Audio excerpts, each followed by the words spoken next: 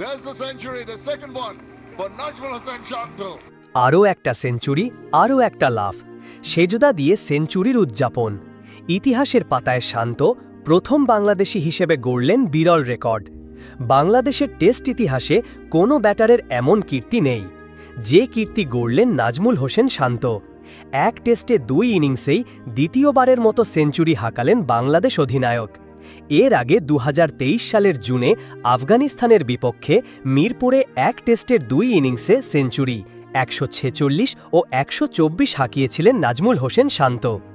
এবার গলে শ্রীলঙ্কার বিপক্ষে এক টেস্টে 2 ইনিংসেই সেঞ্চুরি করলেন শান্ত। চলতি টেস্টের প্রথম ইনিংসে 148 রান করেছিলেন বাঁ-হাতি এই ব্যাটার। দ্বিতীয় ইনিংসে সেঞ্চুরি ছুঁয়ে এখন পর্যন্ত অপরাজিত।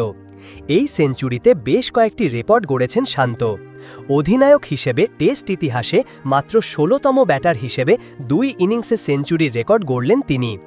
উপমহাদেশের হিসেব ধরলে মাত্র 5 জন অধিনায়কের 2 ইনিংসে সেঞ্চুরি আছে।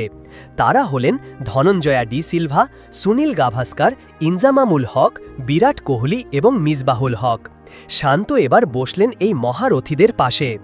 বাংলাদেশের ব্যাটারদের মধ্যে এক টেস্টের 2 ইনিংসে সেঞ্চুরি হাঁকানোর কীর্তি শান্তর আগে আছে কেবল একজনের, তিনিই ছিলেন মুমিনুল হক।